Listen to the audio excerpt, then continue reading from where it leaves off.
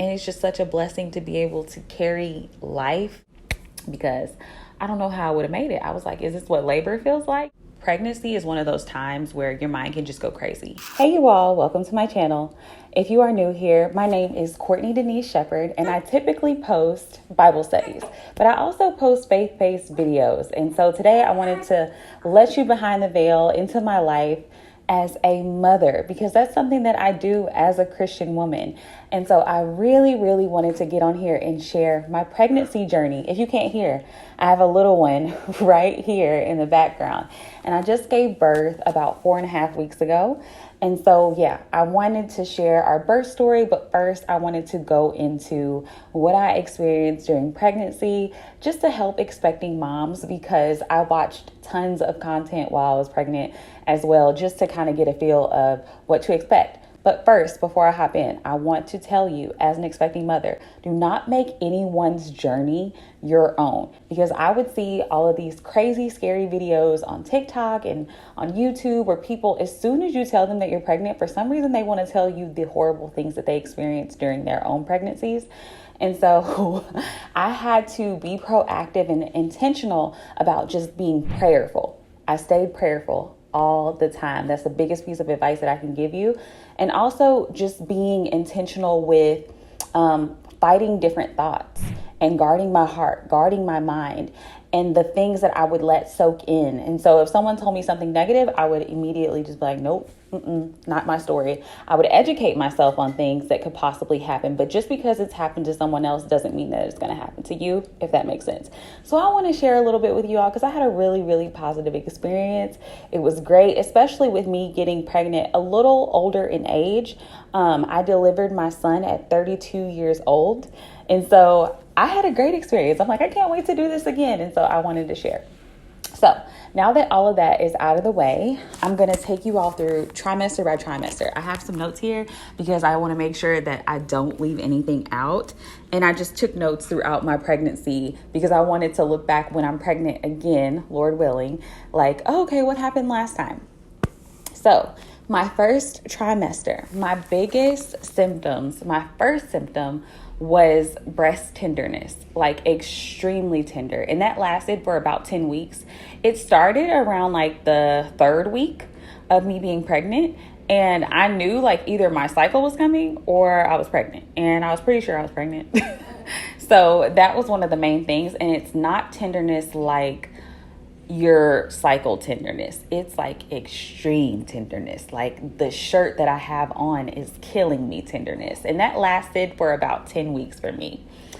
The second one, and this is super personal, but gas. You get very gassy. You get bloated. And I remember asking my OBGYN about this whenever I went to the doctor, like, hey, like, is this going to go away? What is this? And she told me that because progesterone is the hormone that kind of helps you sustain your pregnancy, your levels really go up while you're pregnant, while you're carrying, because it just helps you, like I said, sustain that pregnancy. And a side effect of the progesterone is gassiness and bloating. And so, yeah, during the first trimester, it was bad. I would look down, I'm like, oh my gosh, I'm how many weeks? Because I looked further along because I was so bloated from the gassiness. Okay, son, you want to join in? You want to tell them your perspective?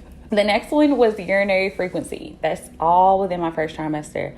I was going to the bathroom all the time, nonstop. And for some reason, I thought that the urinary frequency was associated with the size of the baby and the baby kind of pressing up against your bladder. Like those are things that I had heard. I didn't know that early on in the pregnancy, it was going to be an issue. But yeah, straight from the beginning, I was going to the bathroom all the time. So yeah. Another one, I was extremely hungry. Like, as you can see, I'm thin. I've been thin my whole life. And I have a high metabolism, so I eat an okay amount, but nothing compared to me being pregnant. I mean, I felt like a bottomless pit. Like I could not get full. I was just eating all the time from the get-go. Like my husband would look at me like, oh my gosh, are you going to eat all that? And I'm like, yes, sir, I am. I'm growing a whole person. So I was super duper hungry, like shoveling food in. It was crazy. It was insane. It was always like, oh, do you want to share an apple? I don't want to share nothing. No, I want to eat it all of it. So those were like my main ones, but I did have like some kind of kooky ones that were in and out. Like for about a week, I was having really lucid dreams, and I had heard before that people will have like nightmares or they'll have lucid dreams throughout their pregnancy, and lucid where it feels real, like you're immersed in it. You wake up and you're like, oh my gosh, I just experienced that. And that lasted for me for about a week. It really like was like in and out. I don't know what that was about. And then also clumsiness. I read this on my app that I was using to track my pregnancy. And I was like, thank the Lord, because I remember I broke so many dishes, like where I would just be picking something up and it would just magically just fall out of my hands, or I have no idea what was going on. But yeah, that was all I experienced in my first trimester. I didn't have any food aversions. Like I said, I was shoveling in all the food that I could. I did not have any like nausea and vomiting, no morning sickness. Yeah, I felt pretty normal besides the fact that I was just super hungry, super gassy, and super sore up top. But yeah, I was like, oh, this isn't bad. And thank the Lord, because I've heard some horror stories. Again, you can't make anyone else's pregnancy your own. Like, it's going to be your own experience. It's going to be your own story. And so that was what I experienced. I've also heard that every pregnancy is different. So like, I'm praying to the Lord that my first trimester that I experienced this time will be like the next time, Lord willing. So we will see. So that was the first trimester for me. Speaking of babies, please excuse this unscheduled interruption. We will be back to the regularly scheduled program soon. Okay, so we're going to attempt to do second trimester again. My mom is here and she's taking care of the baby, so I should be able to get the rest of the video done. All right, so my second trimester, a lot of the bloating and the gassiness went away. It did not disappear. Absolutely did not disappear. Sorry to my husband. Sorry to that man. It did not disappear, but it was not as bad as it was in the first trimester. So I don't know if like your progesterone levels level out. I don't know the science behind it at all. I'm not that type of nurse, so don't ask me. But I did know for me that it did level out a lot. Also, the tenderness up top went away completely. After my 10th week of pregnancy, it completely disappeared. So I was like, ooh, thank you. Now, a lot of people say that they're very, very tired in the beginning, and then they pick up all this energy in the second trimester. So the second and third, like you just are super energetic. That did not happen for me. I wasn't tired at all in the first trimester. I was still going to the gym regularly. I was still doing all the things. Like, I felt really, really normal. My second trimester though, I was so tired, so fatigued. It was like I would finish a task. I'm like, I gotta lay down. I just felt like I needed to rest a lot more. I needed to nap a lot more. I could nap longer. And so, yeah, it didn't really hit me in the first trimester, but in the second trimester, it did. Next, I started to develop colostrum around the 17th week, and really only on one side. So that was kind of weird, but I would wake up and it would kind of just be everywhere. This is a little bit like TMI, but yeah, so around the 17th week, which I thought was crazy insane. I thought that was kind of early. But yeah, so around the 17th week for me, and then on both sides, it kind of leveled out and then progressed throughout the pregnancy. And then at the 18th week, y'all, I don't know if you've ever heard of round ligament pain, but it is a whole thing. So you have these ligaments called round ligaments that are really like holding your uterus down in your pelvic area. And as soon as your uterus grows and it kind of grows out of your pelvic area, you can develop round ligament pain. And it can really happen throughout your pregnancy. It can be stop and start, on and off. And for me, it happened at that 18th week. Thank the Lord it did not come back, because it was a week of misery. I remember my husband and I were at church, so we were doing a lot of standing and sitting, and then we went to someone's house after church because it was Easter. We went to someone's house for a barbecue after church, and I remember just sitting there like developing this pain, like, okay, we need to go home. I don't know what's happening, but like I'm having a lot of pain on one side and it worsens with movement. Yeah, it was just really, really bad. And I remember it getting so bad on the way home. Like even when he would hit a bump, I was like, oh my gosh, get me somewhere. And when I got home, like it just progressed. So by the time I got home, I was like hunched over. I had to walk with a bend in my waist because when I would extend and stretch out, it was even worse.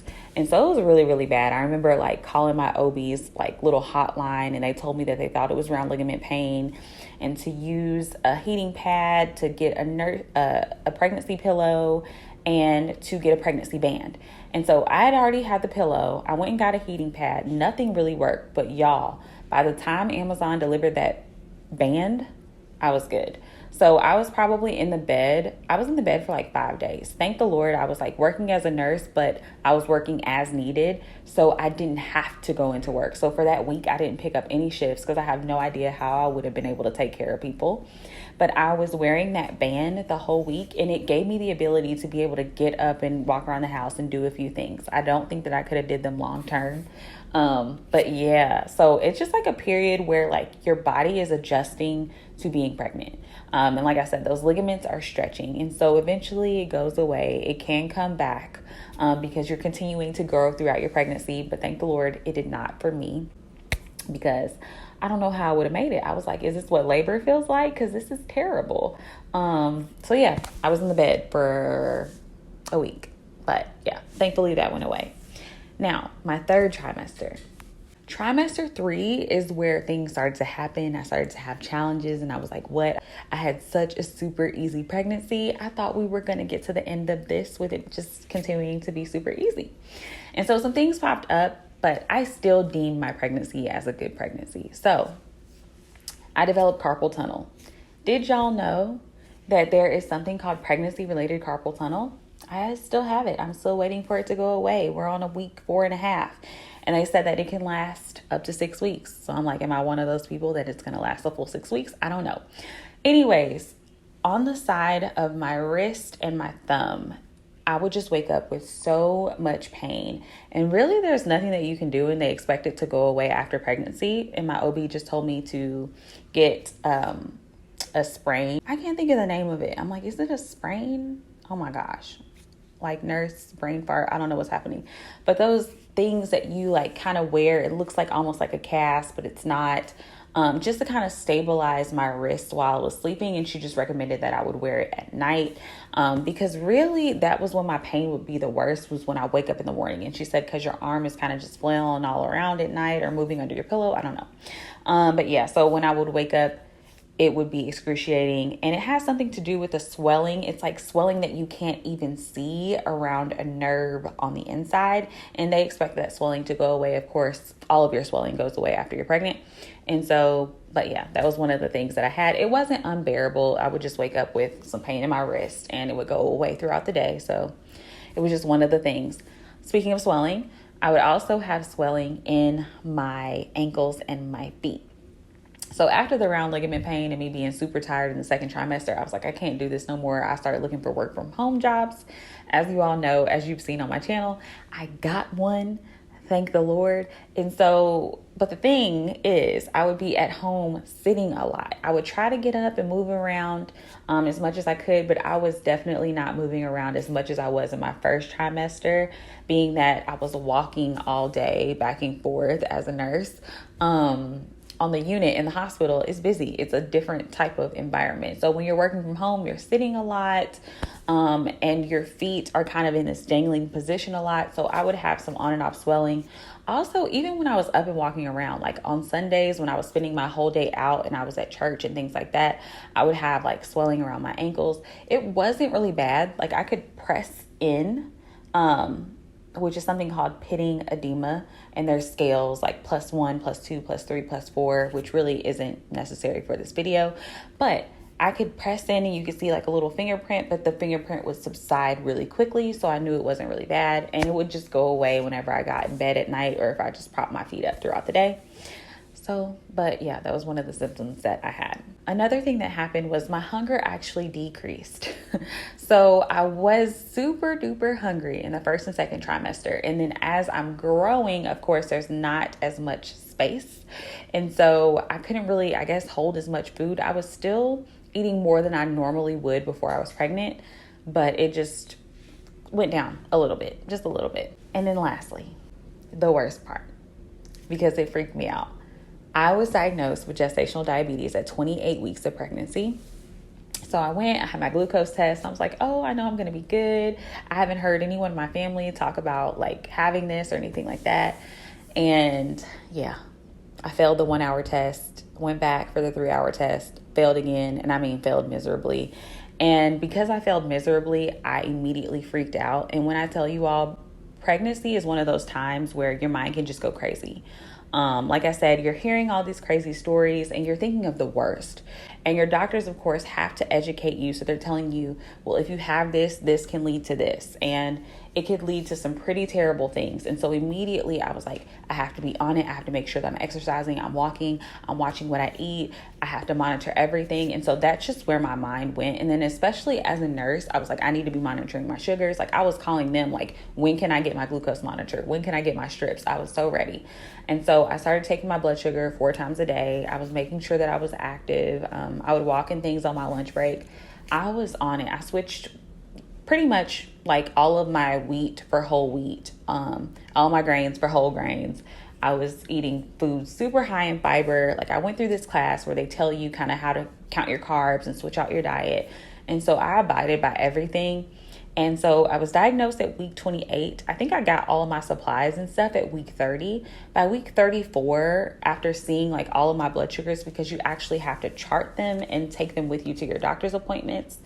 Yeah. So after seeing them, my OB was like, girl, you're good. Like you don't have to take them throughout the day anymore. You can just take them first thing in the morning because they're really concerned about your fasting blood sugar. So the one that you have after 8 hours of sleep when you wake up in the morning, if it's too low or if it's too high, it can put you at risk, unfortunately, for stillbirth. And so that's the one that they're really, really concerned about. The other ones throughout the day, if they're too high, they can put you at risk for big baby or macrosomia.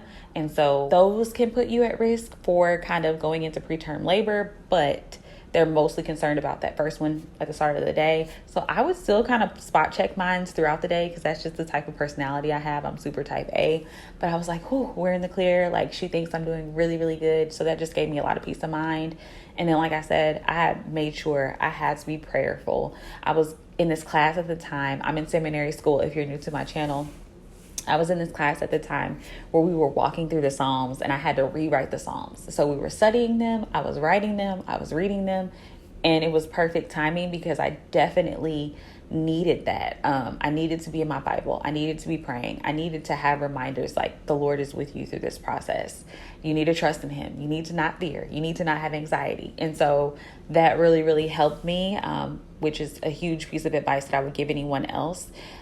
Just hang on to the Lord because you're in this like with your spouse, your significant other, but it's like also just you that are pregnant.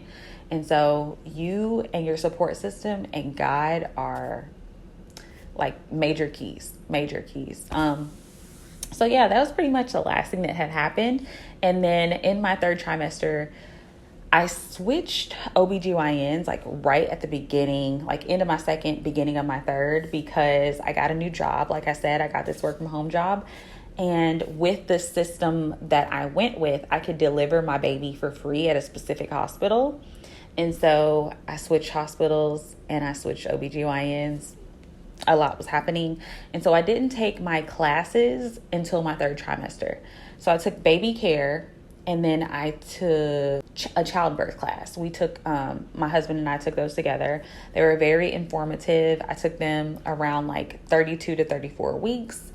And then I was supposed to take a breastfeeding class and I delivered my son at 37 weeks, 2 days. So I didn't even have a chance to take that class, which was fine. One other piece of advice I will give people is, yes, go ahead and pack your hospital bag around the 36-week mark because you never know. My OBGYN was telling me, oh, you're a first-time mom. This is your first pregnancy. You're probably going to go over. You're probably going to deliver around 41 weeks. And so that's just what I was thinking. Thank the Lord, I had already taken those classes and we had already started packing a bag. So at 37 weeks, I was just like, oh, okay, there's a few more things we need to throw in there, but that's it. But yeah, that was it. Nothing was terrible. I got freaked out when they told me I had gestational diabetes, but it actually wasn't bad. And the diet changes weren't bad. And the classes weren't bad. And Nothing was bad. Even the carpal tunnel, you see me doing all this with this hand now, it's not really that bad. And it's just such a blessing to be able to carry life. It's such a beautiful thing. And so, yeah, don't let the people online freak you out. I think I had a really positive experience. And if you're here because you're expecting, my prayer is that you have a positive experience as well. So, like I said, thank you all for watching. We typically post, my husband and I, we post faith-based content, Bible studies, sermons, anything that we can give you about Jesus onto this channel. So if you are interested in any of those things, make sure that you subscribe now so that you don't miss our next video. Thank you guys. Bye.